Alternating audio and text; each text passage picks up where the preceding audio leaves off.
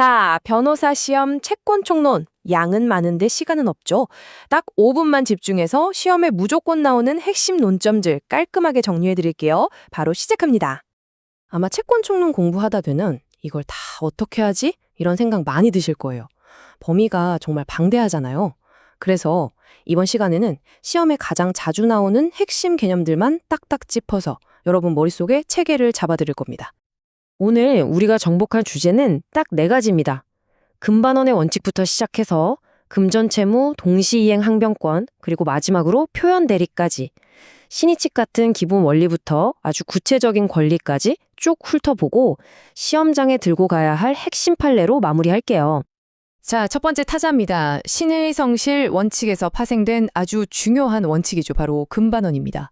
이게 대체 뭐고 어떤 요건이 필요하고 또 어떤 효과가 있는지 이 순서대로 한번 파고 들어보겠습니다. 우리 판례는 아주 명확하게 3가지 요건을 요구하고 있어요. 판례 번호 91-15399 이거 아주 중요하죠. 첫째, 어떤 선행행위가 있어야 하고 둘째, 상대방이 그걸 믿어야 해요. 그냥 믿는 게 아니라 정당하게 신뢰해야 합니다. 마지막으로 그 믿음을 배신하는 앞뒤가 안 맞는 후행행위가 있어야 한다는 거죠. 이 3가지가 세트로 움직여야 합니다. 그럼 효과는 뭘까요? 아주 심플합니다. 한마디로 말 바꾸기 금지예요.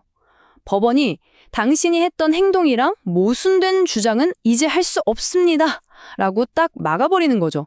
스스로 만든 모순으로 이득을 챙기는 걸 허용하지 않겠다는 겁니다.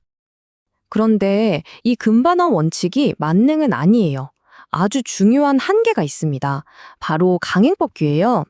예를 들어 국토이용관리법 같은 걸 위반한 계약은 애초에 무효잖아요.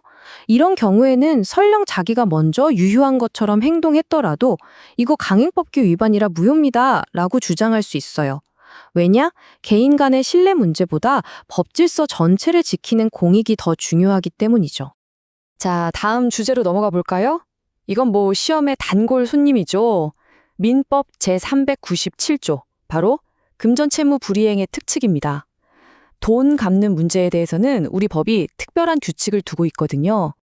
이게 왜 특칙이냐면 일반적인 채무 불이행이랑은 완전히 다르기 때문이에요.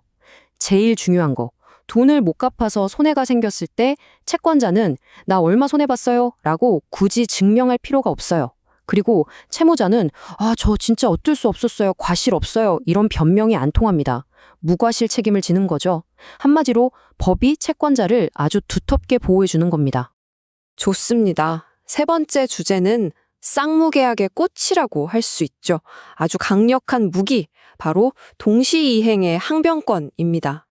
이게 뭐냐면 말 그대로 너가 할 때까지 나도 안 해 라고 버틸 수 있는 권리예요. 쌍무계약이라는 게 서로 대가적인 의무를 지는 거잖아요. 그러니까 공평하게 같이 이행하자. 이게 핵심 정신인 거죠. 나만 먼저 이행했다가 상대방이 안 하면 억울하니까 그걸 막아주는 안전장치라고 생각하시면 됩니다. 우리 법 조문에도 물론 있지만 판례가 이 동시이행 관계를 정말 넓게 인정해주고 있어요. 시험에 잘 나오는 것들 있죠. 집주인이 보증금 빼주는 거랑 세입자가 집 비워주는 거, 이거 동시이행이고요. 계약이 해제돼서 서로 원상회복할 때도, 또 계약이 무효나 취소돼서 부당이득 반환할 때도 전부 동시이행 관계로 봅니다. 그래서 활용도가 아주 높은 거죠. 여기서 진짜 중요한 포인트가 하나 나옵니다. 바로 상계와의 관계인데요. 동시이행 항변권이 붙어있는 채권, 이걸로는 상계를 할 수가 없어요. 이걸 자동채권으로 해서 상계하는 건 금주됩니다. 왜냐하면 상계를 허용해버리면 상대방에 너가 할 때까지 나도 안 해 라고 버틸 권리를 그냥 뺏어버리는 결과가 되거든요. 공평의 원칙상 허용되지 않는 거죠. 이건 꼭 기억해 두세요. 자, 드디어 마지막 주제입니다. 조금 복잡할 수 있지만 그만큼 시험에 나오면 변별력이 큰 부분이죠. 바로 제126조 권한을 넘은 표현 대리입니다. 대리인이 주제넘게 행동했는데 그 책임을 본인이 져야 하는 경우를 말하는 거예요. 이 표현 대리가 성립하려면 딱 3가지 요건이 필요합니다. 여러분이 아마 2문자로 많이 외우셨을 거예요. 기, 월, 정. 첫째, 일단 기본적인 대리권, 즉 기본 대리권이 있어야 하고요. 둘째, 그 권한을 넘어서는 행위를 해야 합니다. 마지막으로 상대방이 그 대리인에게 진짜 권한이 있다고 믿을 만한 정당한 이유가 있어야 해요. 이 세 박자가 맞아야 합니다. 그럼 첫 번째 요건인 기본 대리권은 어느 정도여야 할까요? 우리 판례는 이걸 아주 넓게 봐줍니다. 무슨 거창한 대리권이 아니더라도 그냥 등기 신청하라고 준 인감증명서 같은 사법상 행위에 대한 대리권이나 심지어 부부간의 일상가사 대리권이 같은 법정 대리권도 기본 대리권이 될 수 있다고 봐요. 그러니까 웬만하면 기본 대리권은 인정된다? 이렇게 생각하셔도 크게 무리는 없습니다. 제일 중요한 건 세 번째 요건인 정당한 이유인데요. 이걸 판단하는 기준 시점은 대리행위 당시입니다. 그리고 판단 기준은 아주 객관적이에요. 본인이 뭘 알았냐 몰랐냐 이런 본인의 사정은 고려하지 않고요. 오로지 그 당시의 모든 객관적인 상황을 놓고 봤을 때 제3자가 이 사람한테 진짜 대리권이 있겠구나 라고 믿는 게 당연했느냐 이걸 따지는 겁니다. 자, 이렇게 네 가지 핵심 논점을 모두 살펴봤습니다.